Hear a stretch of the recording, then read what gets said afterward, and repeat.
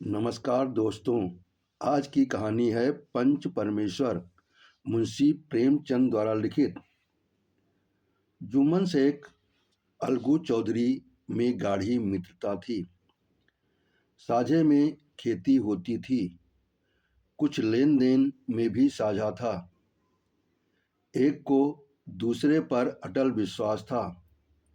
जुम्मन जब हज करने गए थे तब अपना घर अलगू को सौंप गए थे, और अलगू जब कभी बाहर जाते तो जुम्मन पर अपना घर छोड़ देते थे। उनमें न खाना पाना का व्यवहार था, न धर्म का नाता, केवल विचार मिलते थे। मित्रता का मूल मंत्र भी यही है। इस मित्रता का जन्म उसी समय हुआ जब दोनों मित्र बालक ही थे और जुम्मन के पूज्य पिता जुमराती उन्हें शिक्षा प्रदान करते थे। अलगू ने गुरुजी की बहुत सेवा की थी, खूब प्याले धोए। उनका हुक्का एक क्षण के लिए भी विश्वास में न लेने पाता था, क्योंकि प्रत्येक चिलम अलगू को आध घंटे तक किताबों से अलग कर देती थी। अलगू के पिता पुराने विचारों के मनुष्य थे। उन्हें शिक्षा की अपेक्षा गुरु की सेवा शुश्रूषा पर अधिक विश्वास था। वे कहते थे कि विद्या पढ़ने से नहीं आती, जो कुछ होता है गुरु के आशीर्वाद से। बस गुरु जी की कृपा दृष्टि चाहिए। अतएव यदि अलगू पर जुमराती शेख के आशीर्वाद अथवा सत्संग का कुछ फल न हुआ तो ये मानकर संतोष कर लेना कि विद्योपार्जन में मैंने यथाशक्ति कोई बात उठा नहीं रखी। विद्या उसके भाग्य ही में न थी तो कैसे आती। मगर जुमराती शेख स्वयं आशीर्वाद के कायल न थे। उन्हें अपने सोंटे पर अधिक भरोसा था, और उसी सोंटे के प्रताप से आज आसपास के गांव में जुम्मन की पूजा होती थी।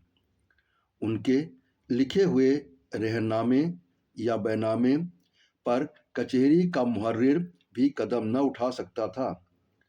हल्के का डाकिया, कांस्टेबल और तहसील का चपरासी सब उनकी कृपा की आकांक्षा रखते थे। अतएव अलगू अलगू का मान उनके धन के कारण था, जो जुम्मन शेख अपनी अनमोल विद्या से ही सबके आदर पात्र बने। जुम्मन शेख की एक बूढ़ी खाला थी।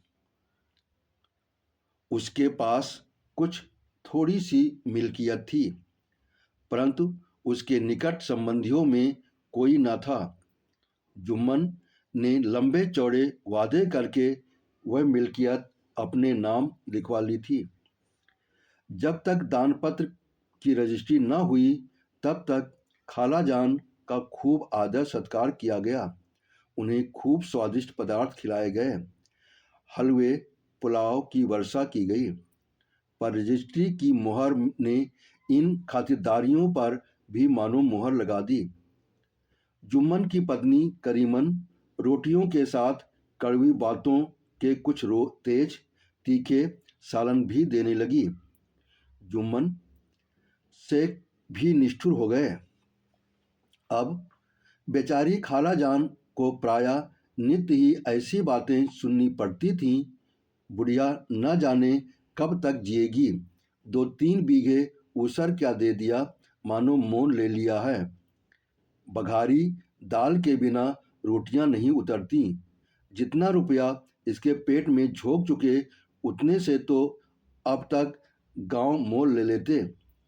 कुछ दिन खालाजान ने सुना और सहा, पर अब न सहा गया। तब जुम्मन से शिकायत की। जुम्मन निस्थानीय कर्मचारी गृहस्वामी के प्रबंध देना उचित न समझा। कुछ दिन तक और यूं ही रोध होकर काम चलता रहा। अंत में एक दिन खाला ने जुम्मन से कहा, बेटा तुम्हारे साथ मेरा निर्वाह न होगा। तुम मुझे रुपए दे दिया करो, मैं अपना पका खा लूँगी। जुम्मन ने धृष्टता के साथ उत्तर दिया, रुपए क्या यहाँ फलते हैं? खाला ने नम्रता से कहा, मुझे कुछ रूखा सूखा चाहिए भी कि नहीं? जुम्मन ने गंभीर स्वर में जवाब दिया, तो कोई ये थोड़े ही समझा था कि तुम मौत से लड़कर आई हो। खाला बिगड़ गई।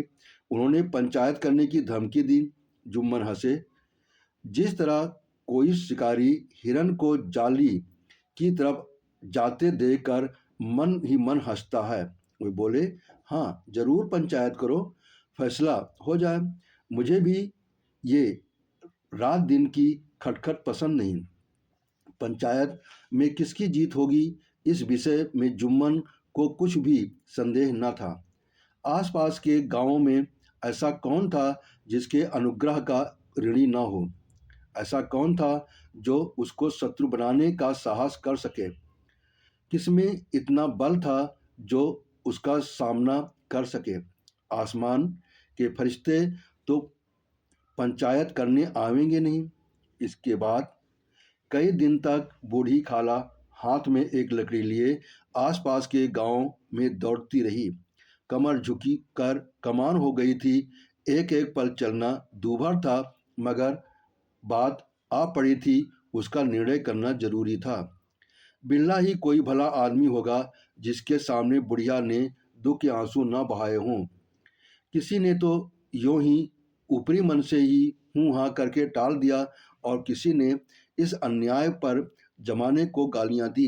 कहा, कब्र में पांव झटके हुए हैं, आज मरे कल दूसरा दिन, पर हवस नहीं मानती। अब उन्हें क्या चाहिए?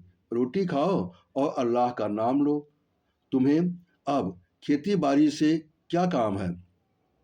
कुछ ऐसे सज्जन भी थे जिन्हें हास्य रस के रसास्वादन का अच्छा अवसर मिला। झुकी हुई कमर, पोपला मुंह, सन के से बाल, इतनी सामग्री एकत्र हो तब हंसी क्यों न आवे?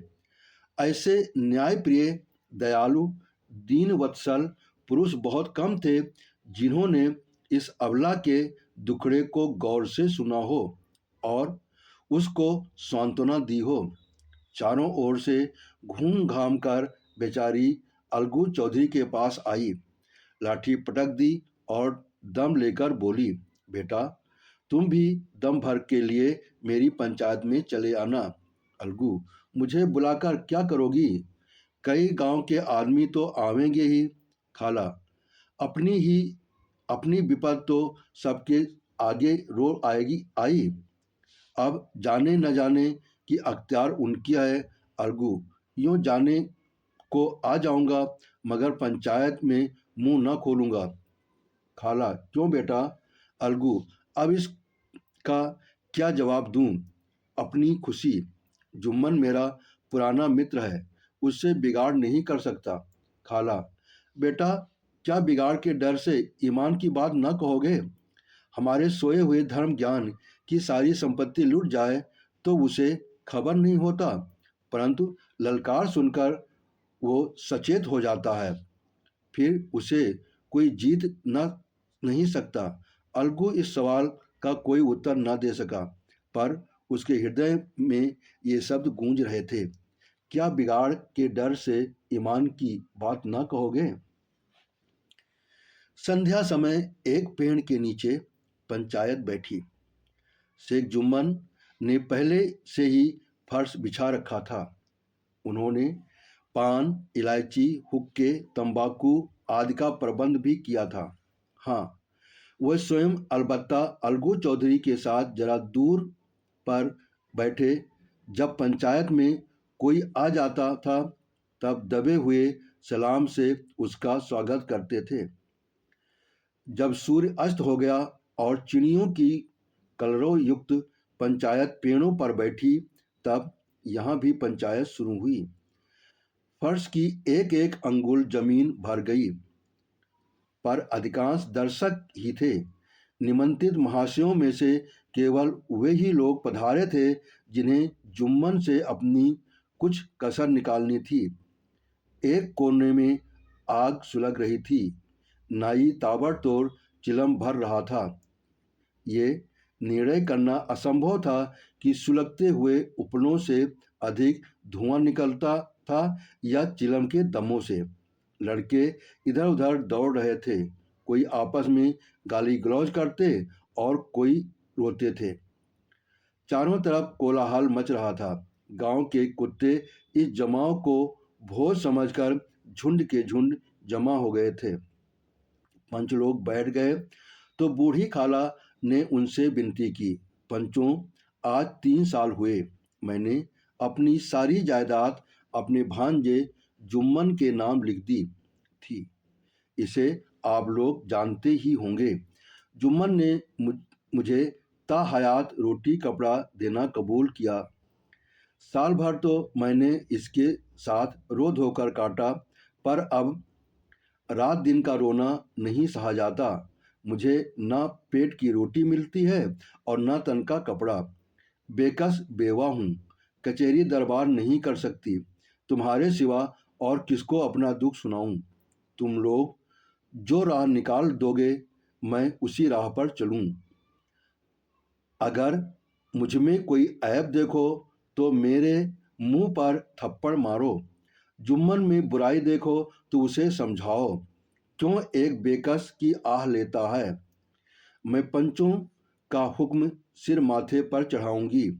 रामधन मिश्र, जिनके कई आसामियों को जुम्मन ने अपने गांव में बसा लिया था, बोले, जुम्मन मियाँ, किसे पंच बनते हो? अभी से इसका निपटारा कर लो, फिर जो कुछ पंच कहेंगे वही मानना पड़ेगा। जुम्मन को इस समय सदस्यों में विशेषकर वे ही लोग दिख पड़े जिनसे किसी न किसी कारण उनका वैमनस्य था। जुम्मन बोले, पंचों का हुक्म अल्लाह का हुक्म है। खालाजान जिसे चाहें उसे बदें, मुझे कोई उज्र नहीं। खाला ने चिल्लाकर कहा, अरे अल्लाह के बंदे, पंचों का नाम क्यों नहीं बता देता? कुछ मुझे भी तो मालूम हो। जुम्मन ने क्रोध से कहा, इस वक्त मेरा मुंह न खुलवाओ, तुम्हारी बन पड़ी है, जिसे चाहो पंच बदो। खालाजान जुम्मन के आक्षेप को समझ गई। वह बोली, बेटा, खुदा से डरो।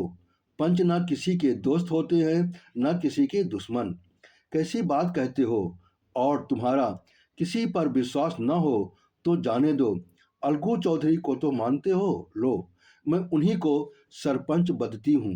जुम्मन शेख आनंद से फूल उठे, परंतु भावों को छिपाकर बोले, अलगू ही सही, मेरे लिए जैसे रामधन वैसे अलगू। अलगू इस झमेले में फंसना नहीं चाहते थे। वे कन्नी काटने लगे, बोले, खाला, तुम जानती हो कि मेरी जुम्मन से गाढ़ी दोस्ती है। खाला ने गंभीर स्वर में कहा, बेटा, दोस्ती के लिए कोई अपना ईमान नहीं बेचता। पंच के दिल में खुदा बसता है। पंचों के मुंह से जो बात निकलती है वह खुदा की तरफ से निकलती है। अलगू चौधरी सरपंच हुए। रामधन मिश्र और जुम्मन के दूसरे विरोधियों ने बुढ़िया को मन में बहुत कोसा। अलगू चौधरी बोले, शेख जुम्मन, हम और तुम पुराने दोस्त हैं। जब काम पड़ा तुमने हमारी मदद की और हम भी जो कुछ बन पड़ा तुम्हारी सेवा करते रहे हैं। मगर इस समय तुम और बूढ़ी खाला दोनों हमारी निगाह में बराबर हो। तुमको पंचों से जो कुछ अर्ज करनी हो करो। जुम्मन को पूरा विश्वास था कि अब बाजी मेरी है। अलग ये सब दिखावे की बातें कर रहा है। अतएव शांत चित्त होकर बोले, पंचों, 3 साल हुए खालाजान ने अपनी जायदाद मेरे नाम हिब्बा कर दी थी। मैंने उन्हें ताहयात खाना कपड़ा देना कबूल किया था। खुदा गवाह है, आज तक मैंने खालाजान को कोई तकलीफ नहीं दी। मैं उन्हें अपनी माँ के समान समझता हूँ। उनकी खिदमत करना मेरा फर्ज है। मगर औरतों में जरा अनबन रहती है, उसमें मेरा क्या बस है। खालाजान मुझसे माहवार खर्च अलग मांगती हैं। जायदाद जितनी है वह पंचों से छिपी नहीं। उससे इतना मुनाफा नहीं होता कि माहवार खर्च दे सकूं। इसके अलावा हिब्बा नामे में माहवार खर्च का कोई जिक्र नहीं, तो मैं भूल कर भी इस झमेले में न पड़ता। बस मुझे यही कहना है, आइंदा पंचों का अख्तियार है, जो फैसला चाहें करें। अलगू चौधरी को हमेशा कचहरी से काम पड़ता था, अतएव वो पूरी कानूनी आदमी थे। उसने जुम्मन से जिरा शुरू की। एक एक प्रश्न जुम्मन के हृदय पर हथौड़ी की चोट की तरह पड़ता था। रामधन मिश्र इस प्रश्नों पर मुग्ध हो जाते थे। जुम्मन चकित थे कि अलगू को क्या हो गया। अभी ये अलगू मेरे साथ बैठा हुआ कैसी कैसी बातें कर रहा था, इतनी ही देर में ऐसी काया पलट हो गई कि मेरी जड़ें खोदने पर तुला हुआ है। ना मालूम कब की कसर ये निकाल रहा है। क्या इतने दिनों की दोस्ती कुछ भी काम ना आवेगी। जुम्मन शेख तो इसी संकल्प विकल्प में पड़े हुए थे कि इतने में अलगू ने फैसला सुनाया। जुम्मन शेख, पंचों ने इस मामले पर विचार किया। उन्हें यह नीति संगत मालूम होता है कि खालाजान को माहवार खर्च दिया जाए। हमारा विचार है कि खाला की जायदाद से इतना मुनाफा अवश्य होता है कि माहवार खर्च दिया जा सके। बस यही हमारा फैसला है। अगर जुम्मन को खर्च देना मंजूर न हो तो हिब्बानामा रद्द समझा जाए। ये फैसला सुनते ही जुम्मन सन्नाटे में आ गए। जो अपना मित्र है वो शत्रु का व्यवहार करे और गले पर छुरी फेरे, इसे समय के हेर फेर के सिवा और क्या कहें। जिस पर पूरा भरोसा था उसने समय पड़ने पर धोखा दिया। ऐसे ही अवसरों पर झूठे सच्चे मित्रों की परीक्षा की जाती है। यही कलयुग की दोस्ती है। अगर लोग ऐसे कपटी धोखेबाज न होते तो देश में आपत्तियों का प्रकोप क्यों होता। ये हैजा, प्लेग आदि व्याधियां दुष्कर्मों के ही दंड हैं। मगर रामधन मिश्र और अन्य पंच अलगू चौधरी के इस नीति परायणता को प्रशंसा जी खोलकर कर रहे थे। वे कहते थे, इसका नाम पंचायत है। दूध का दूध और पानी का पानी कर दिया। दोस्ती दोस्ती की तरह है, किंतु धर्म का पालन करना मुख्य है। ऐसे ही सत्यवादियों के बल पर पृथ्वी ठहरी है, नहीं तो ये कब की रसातल में चली जाती। इस फैसले ने अलगू और जुम्मन की दोस्ती की जड़ हिला दी। अब वे साथ साथ बातें करते नहीं दिखाई देते। इतना पुराना मित्रता रूपी वृक्ष सत्य का एक झोंका भी न सह सका। सचमुच ये वह बालू की ही जमीन पर खड़ा था। उनमें अब शिष्टाचार का अधिक व्यवहार होने लगा। एक दूसरे की आवभगत ज्यादा करने लगा। वे मिलते जुलते थे, मगर उसी तरह जैसे तलवार से ढाल मिलती है। जुम्मन के चित्त में मित्र की कुटिलता आठों पहर खटका करती थी। उसे हर घड़ी यही चिंता रहती थी कि किसी तरह बल्ला लेने का अवसर मिले। अच्छे कामों की सिद्धि में बड़ी दरें लगती हैं, पर बुरे कामों की सिद्धि में ये बात नहीं होती। जुम्मन को भी बदला लेने का अवसर जल्द ही मिल गया। पिछले साल अलगू चौधरी बटेसर के बैलों की एक बहुत अच्छी गोई मोल लाए थे। बैल पछाही जात के सुंदर बड़े बड़े सींग वाले थे। महीनों तक आसपास के गांव के लोग दर्शन करते रहे। दयोग से जुम्मन की पंचायत के एक महीने के बाद इस जोड़ी का एक बैल मर गया। जुम्मन के दोस्तों ने कहा, यह दगाबाजी की सजा है। इंसान सर्व भले ही कर जाए, पर खुदा नेक बल सब देखता है। अलगू को संदेह हुआ कि जुम्मन ने बैल को विष दिला दिया है। चौधराइन ने भी जुम्मन पर ही इस दुर्घटना का दोषारोपण किया। उसने कहा, जुम्मन ने कुछ करा दिया है। चौधराइन और करीमन में इस विषय पर एक दिन खुद ही वाद विवाद हुआ। खूब ही वाद विवाद हुआ। दोनों देवियों ने शब्द बाहुल्य की नदी बहा दी। व्यंग, वक्तोक्ति, अन्योक्ति और उपमा आदि अलंकारों में बातें हुई। जुम्मन ने किसी तरह शांति स्थापित की। उन्होंने अपनी पत्नी को डांट डपट कर समझा दिया। वह उसे उस रणभूमि से हटा भी ले गए। उधर अलगू चौधरी ने समझाने बुझाने का काम अपने तर्कपूर्ण सोटे से लिया। अब अकेला बैल किस काम का? उसका जोड़ बहुत ढूंढा गया पर न मिला। निदान ये सलाह ठहरी कि इसे बेच डालना चाहिए। गांव में एक समझू साहू थे।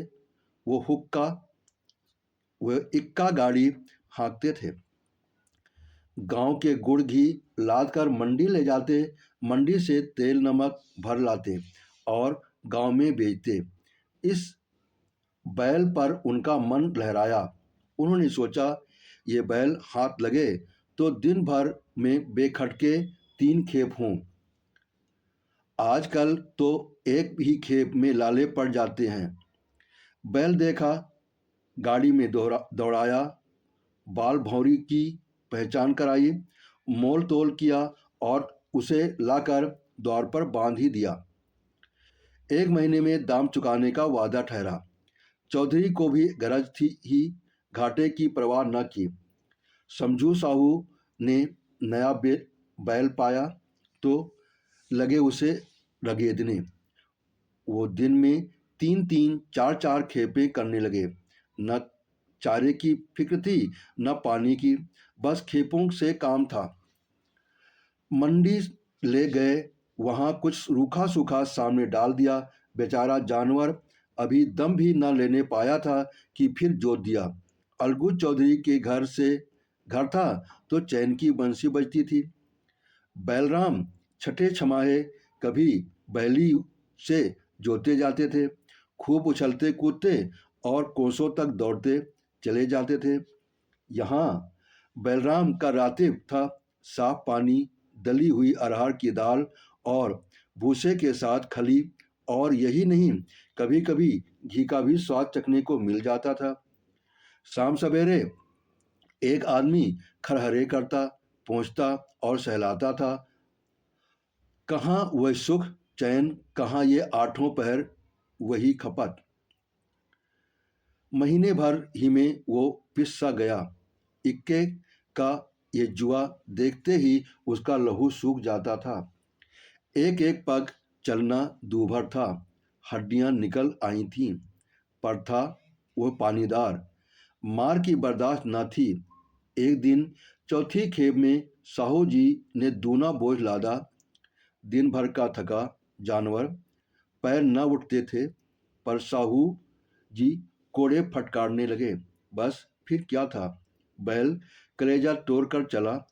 कुछ दूर दौड़ा और चाहा कि जरा दम ले लूं, पर साहू को जल्द पहुंचने की फिक्र थी, अतएव उन्होंने कई कोड़े बड़ी निर्दयता से फटकारे। बैल ने एक बार फिर जोर लगाया, पर अब की बार शक्ति ने जवाब दे दिया। वह धरती पर गिर पड़ा और ऐसा गिरा कि फिर न उठा। साहू जी ने बहुत पीटा, टांग पकड़कर खींचा, नथनों में लकड़ी ठूंस दी, पर कहीं मृतक भी उठ सकता है। तब साहू जी को कुछ शक हुआ। उन्होंने बैल को गौर से देखा, खोल कर अलग किया और सोचने लगे कि गाड़ी कैसे घर पहुंचे। बहुत चीखे चिल्लाए, पर देहात का रास्ता बच्चों की आंख की तरह सांझ होते ही बंद हो जाता है। कोई नजर न आया। आसपास कोई गांव भी न था। मारे क्रोध के उन्होंने मरे हुए बैल पर और ढुर्रे लगाए और कोसने लगे। अभागे, तुझे मरना ही था तो घर पहुंचकर मरता। ससुरा बीच रास्ते में ही मर रहा। अब गाड़ी कौन खींचे? कई बोरे गुड़ और कई पीपे घी उन्होंने बेचे थे। 250 रुपये कमर में बंधे थे।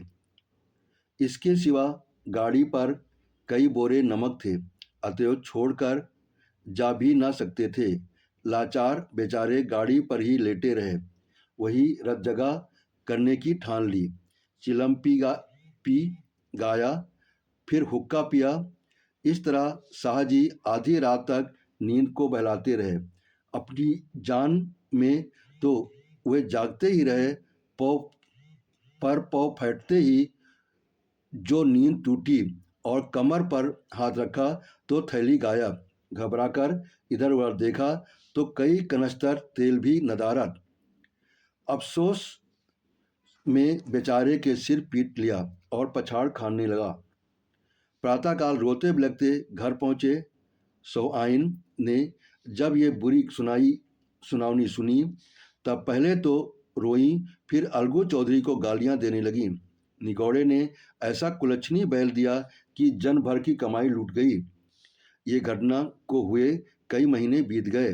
अलगू जब अपने बैल का दाम मांगते तब साहू और सौआइन दोनों ही जलाते हुए कुत्ते की तरह चढ़ बैठते थे और अंडबंड बकने लगते। वाह, यहाँ तो सारे जन्म की कमाई लूट गई, सत्यानाश हो गया। इन्हें दामों की पड़ी है। मुर्दा बैल दिया था, उस पर दाम मांगने चले हैं। आंखों से धूल झोंक दी। सत्यानाशी बैल गले बांध दिया। हमें निरा पोंगा ही समझ लिया है। हम भी बनिए के बच्चे हैं। ऐसे बुद्धू कहीं और होंगे। पहले जाकर किसी गड्ढे में मुंह धो आओ, तब दाम लेना। नाजी मानता हो तो हमारा बैल खोल ले जाओ। महीना भर के बदले 2 महीने जोत लो। और क्या लोगे? चौधरी के शुभचिंतकों की कमी न थी। ऐसे अवसरों पर वे भी एकत्र हो जाते और साहू जी के बराने की पुष्टि करते। परंतु 150 रुपये से इस तरह हाथ धो लेना आसान न था। एक बार वह भी गर्म पड़े। साहू जी बिगड़ कर लाठी ढूंढने घर चले गए। अब सौवाइन ने मैदान लिया। प्रश्नोत्तर होते होते हाथापाई की नौबत आ पहुंची। सौवाइन ने घर में घुसकर किवाड़ बंद कर लिए। शोरगुल सुनकर गांव के भले मानस घर से निकाला। वे परामर्श देने लगे कि इस तरह से काम न चलेगा। पंचायत कर लो, जो कुछ तय हो जाए उसे स्वीकार कर लो। साहू जी राजी हो गए। अलगू ने भी हामी भर ली। पंचायत की तैयारियां होने लगी। दोनों पक्षों ने अपने अपने दल बनाने शुरू किए। इसके बाद तीसरे दिन उसी वृक्ष के नीचे पंचायत बैठी। वही संध्या का समय था। खेतों में कौवे पंचायत कर रहे थे। विवादग्रस्त विषय था कि मटर की फलियों पर उनका कोई स्वत्व है या नहीं, और जब तक ये प्रश्न हल न हो जाए तब तक वे रखवालों की पुकार पर अपनी अप्रसन्नता प्रकट करना आवश्यक समझते थे। पेड़ की डालियां पर बैठी सुख मंडली ने यह प्रश्न छिड़ा हुआ था कि मनुष्य को उन्हें बेसुरवत कहने का क्या अधिकार है, जब उन्हें स्वयं अपने मित्रों से दगा करने पर भी संकोच नहीं होता।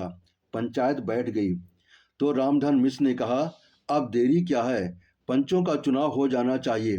बोलो चौधरी, किस किस को पंच बनते हो? अलगू ने दीन भाव से कहा, समझू साहू ही चुन लें। समझू खड़े हुए और कड़क कर बोले, मेरी ओर से जुम्मन शेख।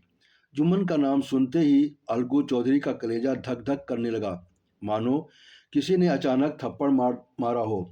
रामधन अलगू के मित्र थे। ये बात को ताड़ गए। पूछा, क्यों चौधरी, तुम्हें कोई उज्र तो नहीं? चौधरी ने निराश होकर कहा, नहीं, मुझे कोई क्या उज्र होगा।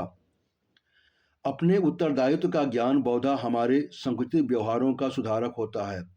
जब हम राह भूल कर भटकने लगते हैं तब यही ज्ञान हमारा विश्वसनीय पथ प्रदर्शक बन जाता है।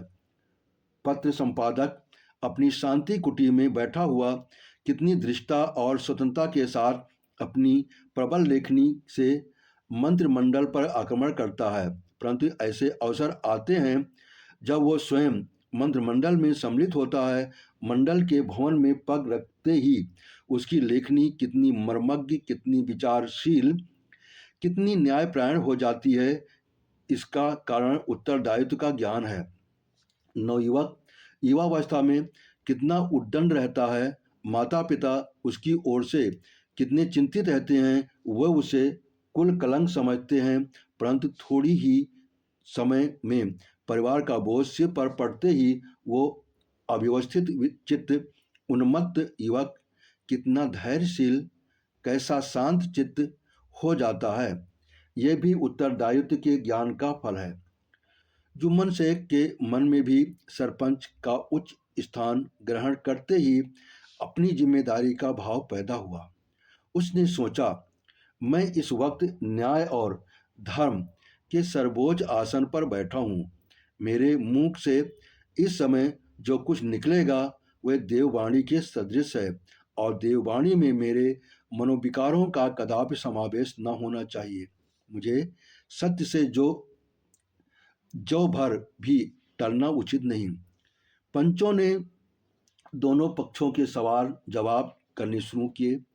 बहुत देर तक दोनों दल अपने अपने पक्ष का समर्थन करते रहे। इस विषय पर तो सब सहमत थे कि समझू को बैल का मूल देना चाहिए, परंतु वो महाशय इस कारण रियायत करना चाहते थे कि बैल के मर जाने पर समझू को हानि हुई। उसके प्रतिकूल दो सभ्य मूल्य के अतिरिक्त समझू को दंड भी देना चाहते थे, जिससे कि फिर किसी को पशुओं के साथ ऐसी निर्दयता करने का साहस न हो।